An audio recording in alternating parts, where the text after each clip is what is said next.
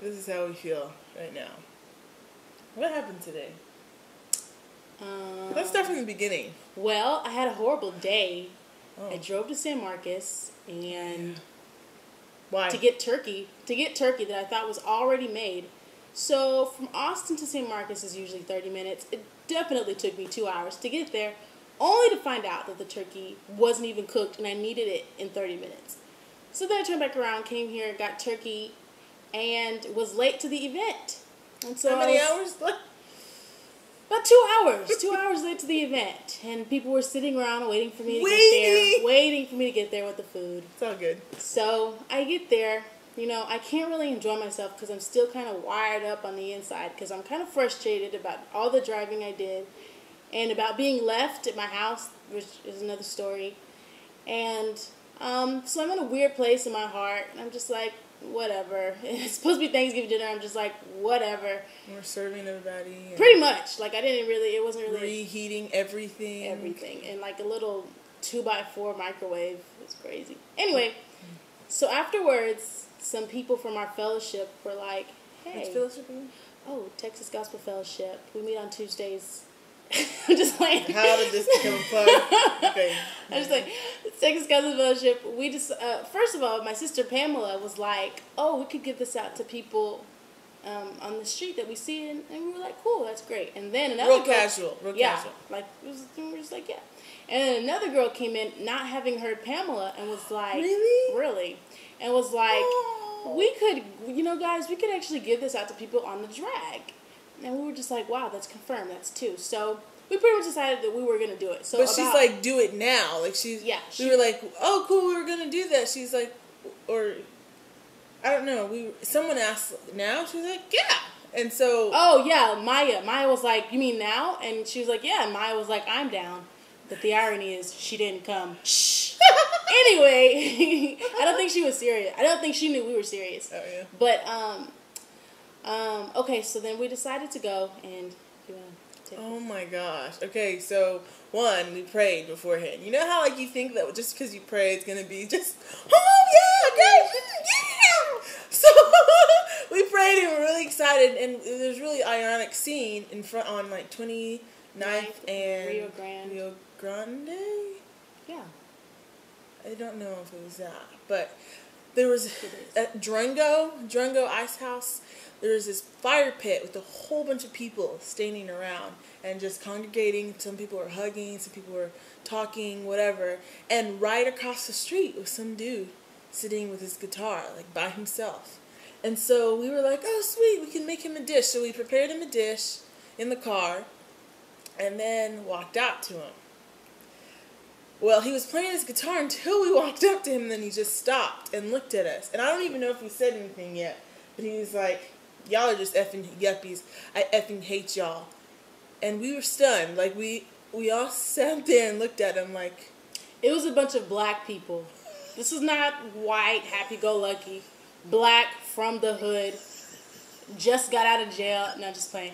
Like, from the projects, came to UT on a wing and a prayer, and we were all automatic being yuppies. Subject to his disrespect and, I don't know, I guess assumed privilege that we had. I don't know. Which in a sense, I think we do have. have. It relatively, we definitely do. So. But yeah, like, I don't even know if we had offered anything yet. We were just like, what's your name? I don't have a name. I don't have a name. That's what he said. Okay. So he's like, I hate you. And I just was convicted. I was at a point where I realized that this is what I look like to Christ. Like, when I am finding myself struggling with stuff and I'm not keeping my trust on him, I'm not looking at him, I'm basically saying, you don't matter to me, God.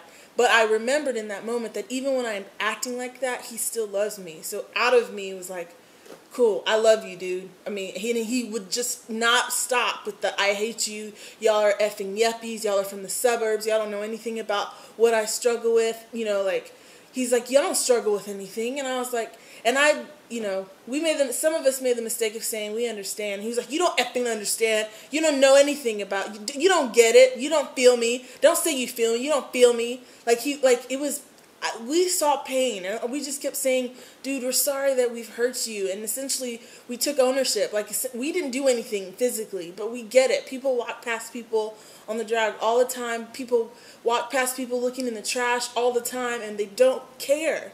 And we're guilty. So we took ownership and was like, we get it, dude. We're so sorry. And he's like, you didn't do anything. Like, it was almost weird because one moment he would hate us, and then we would own that reason to be hated, and he'd be like, but you didn't do anything. Stand for what you believe. And we're like, what? And then at one point, we really couldn't. He's at one point, he's like, y'all just go effing shop at Walmart and all those big corporations. I effing hate y'all. Y'all pay taxes. I'm never paying taxes. I hate y'all. Y'all can suck. Oh, he's like, y'all can go suck a beep. Like, he kept saying that, like, over and over again. And so finally, like, after the insults, we were like, hey, so are you hungry? So we give him... This is the good part. So we give him the plate. We had some... What do we have on it? We had macaroni and cheese. We had cookies, brownies, corn, and some stuffing. Oh, yeah. And so he starts eating it while he's talking to us. And what happened? I don't know. Like, mid-bite, he apparently ate something that he did not agree with his soul. And so he flicked it off his plate. And he was like, forget this crap. And we were like, what is that? And none of us knew what he had thrown out. And so it happened to fall on his guitar case. And so I was like, oh, let me get that for you. I don't want it to mess up your nice case. And, like, I really didn't. And so I brushed the crumbs off of his case. Don't touch my stuff. And he was like, don't touch my stuff. Like, he got real quiet. Like, he stopped eating and he looked at me and he was like, don't touch my stuff. Like, don't do that. And I was like, oh, I just didn't want it to get there. Like, he really just didn't like us at all. He refused to like us. And I can't remember at what point the blanket came up. I don't know if one of us asked. I think somebody asked. He's like, we were like, do you need a blanket or anything? He was like, y'all can get a blanket, but I still hate you. He said, I still hate you. I still can't talk to you. Y'all are. Still, you guys can still go suck or something. Right. Like that. It was called us, the F word. Everything under the sun. Like, he just didn't like. It was tough. People. And it was so, our friends were like, just like, when we were reflecting on it, they were like, we could have jumped the dude. Like, we were in black people. She was ready. She was ready to throw some bows. It was crazy. She was like, Jesus had to tell me to shut up. Man. Because she was like, I came from the projects, I didn't come from anything, and he's over here saying that I had all this that I don't have. And she's like, well, in his eyes, I am privileged, so I had to shut up. And so it was humbling, even for her. It was really heavy, but the story doesn't even end there. So essentially, we were just like, really,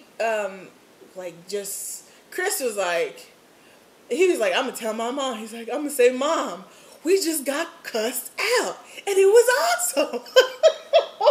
Because it really was. Like, we really got to see a glimpse of ourselves. Like, we get it now. Like, I can't take for granted.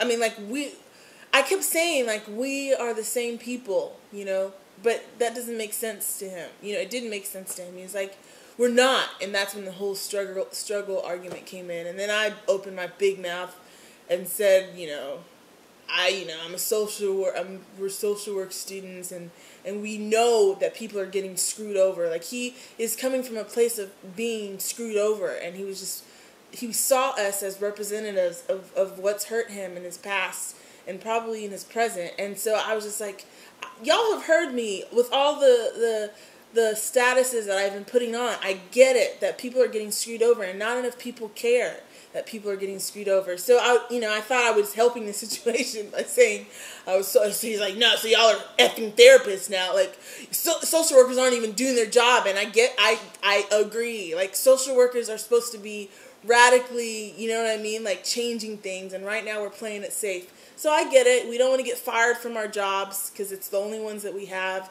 But seriously, like, I was wrecked tonight to be told from someone suffering that we're not doing our job. Like, my friend, or your friend really, I just met her, Maisha, like, we're motivated now to really, like, go through some boundaries and really, like, make a difference. So anyways, we asked him again if he needed a blanket, and he said, that would be great, but I still hate you. And we were like, okay, okay, cool. So we lived like 4 or 5 blocks away, and so LT took us to our place to get a blanket. Well, we come back, and he's not at the same spot that he was at.